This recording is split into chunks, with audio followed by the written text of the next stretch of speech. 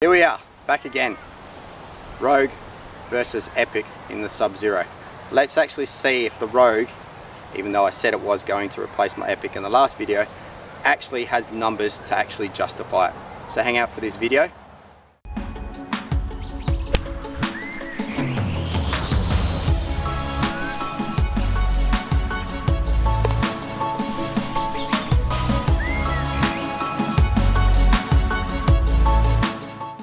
Now, I know I've got the even flow shaft in this driver and I've got the Rogue Max. So what I'm going to do is I'm going to actually pull the Rogue Max shaft out of this driver and stick it into the Rogue so we can get as close a review as we possibly can. Both, like I said, have jailbreak technology. Both have got the adjustable weight front and rear. So if you want a hotter face, you put the heavier weight at the front. If you want to stabilize it, put the heavier weight at the back. But I'm not here to talk about technology. If you want to see all about this driver, click on the link below, which I've left in underneath the comments section, and you can find out all the information on the Rogue and the other three drivers in that family: the Draw, the Neutral, and the Sub-Zero. But let's have a look at the numbers. I'm going to hit the Epic first and see what numbers come out, and then I'll hit the Rogue and see what numbers come out of that. And like I said, I am going to use the Rogue Max 65S shaft, which is what I have in my current driver, so we can get a comparison as close as we can to each other. But before we do that, let's just have a quick look at both the heads.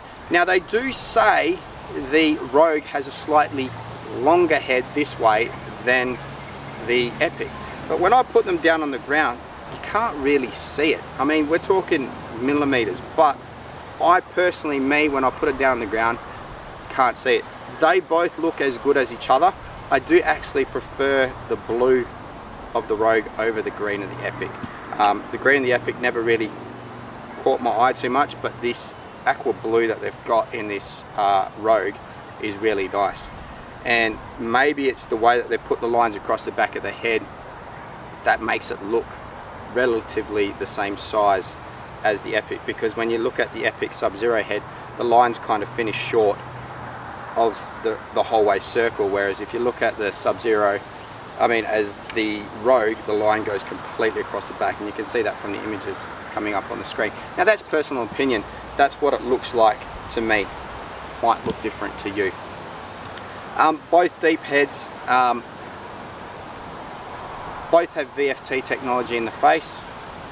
Anyway, enough talking. Let's see what numbers come up. Now, spin wise, I'm looking anywhere from around the 2100 mark on both drivers. I'm expecting the Rogue to spin a little bit more because of the fusion part in this head, where they say that the Rogue is a mixture of Epic and Fusion XR driver, and the Fusion XR drivers used to get the ball up in the air, so I'm expecting the Rogue to go a little bit higher than the Epic, especially in spin numbers. Anyway, I'll hit Epic first, then I'll hit Rogue.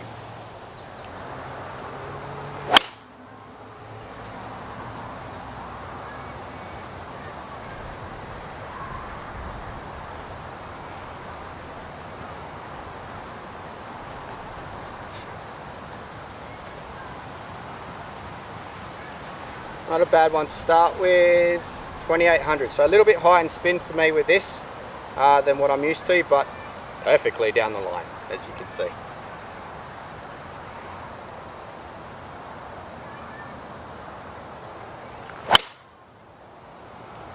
Okay, that one's a little bit right in comparison to the first one, but still relatively good off the face.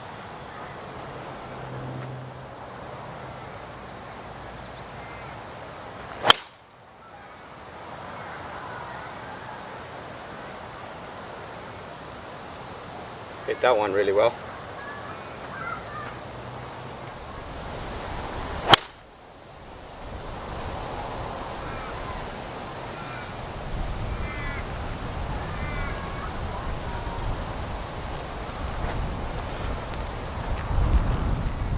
Okay, there you have it. We'll bring up the numbers after. I'm just going to switch shaft over, and I'm going to put the Rogue Max shaft into the Rogue, so we've got a good comparison. Now, just so you know, I actually have it set on neutral standard, if anyone wants to know that, just so we can keep it as close as comparison as we possibly can. Anyway, let's have a look.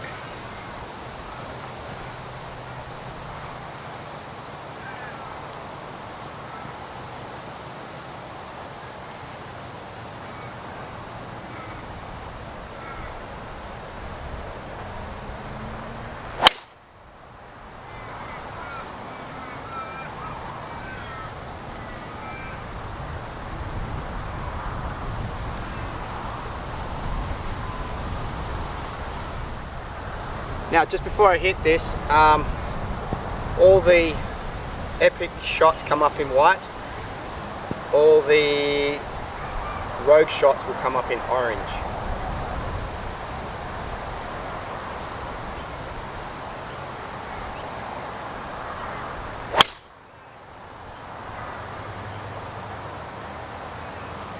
Pretty decent start, I think.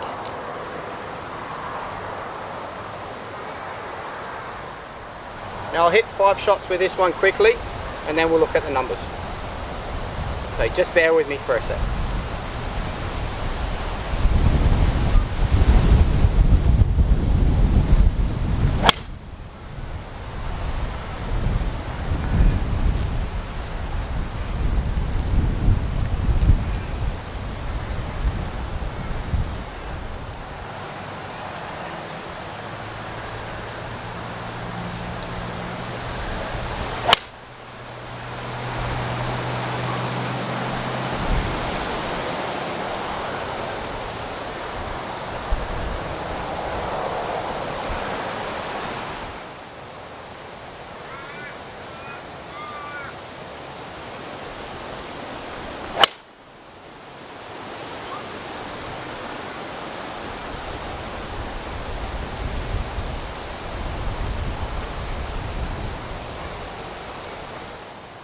Okay, there you have it. Now, I'm a little bit shocked by these results, but as I said to you earlier, I did expect the Rogue to go a little bit higher. So if you have a look at the images that's coming up on the screen now, you can actually see that it has gone a little bit higher than the Epic Sub-Zero, which is what I expected. But now let's move on to comparison on overall shots. Okay, so Epic Sub-Zero 12.7 launch angle, comparison to Sub-Zero to the Rogue 13.6, which is what I expected. I expected the Epic to come out lower, which it has. And then we're looking at spin numbers 2896. Now my spin numbers were a little bit high today, but 2896 on the Epic Sub-Zero, 3148 on the Rogue. Again, like I said, the Fusion's part and the XR part of the head's coming into play with this new design Rogue, so it is supposed to help you get it up in the air. The one thing I did find with the Epic Sub-Zero, for the slightly higher handicappers, it didn't really work so well, but now that we've got the Rogue, you can actually see they've got a driver there with the technology of the Epic that's going to work a little bit more better for them, and of course with the draw bias technology, even better. Now, overall distance, 250 for the Epic, 249 for the Rogue. Not much difference. But I can tell you one thing that I did find with the Rogue, I did hit a little bit more straight left to right, is in comparison to Epic, where I was hitting a little bit more of a constant draw. So will the Rogue replace my Epic? Probably yes, it still will. I still like the feel of it. It does feel a little bit nicer for me than the Epic, and for a golf professional who only gets out once or twice a month, the Rogue is going to be a lot more benefit to me than the Epic. The Epic I need to be on, whereas the Rogue I can be a little bit off, and with that VFT X-Face technology and me hitting it a little bit all over the face, the Rogue's going to work well and a lot better for me.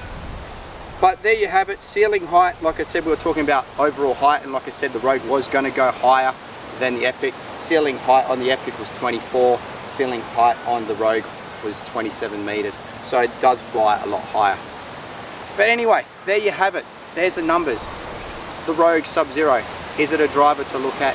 Definitely. Is it something that can replace the Epic? Most definitely. But anyway, there you go. Rogue versus Epic. For me personally, the Rogue's better for me, but it might be different for you. But anyway, once you get to hit them on Wednesday, leave a comment in the comment section, let me know how it went. But most of all, smash the like button, smash the subscribe button, hit the share button, get it out there for me. I want people to know about me, and if you can help me, that'll be really amazing. But anyway, let's move on to the draw model. Let's see if the G400 still holds the crown for me. Let's see if the Rogue can actually take it. And most of all, we'll see you next time on ND Golf.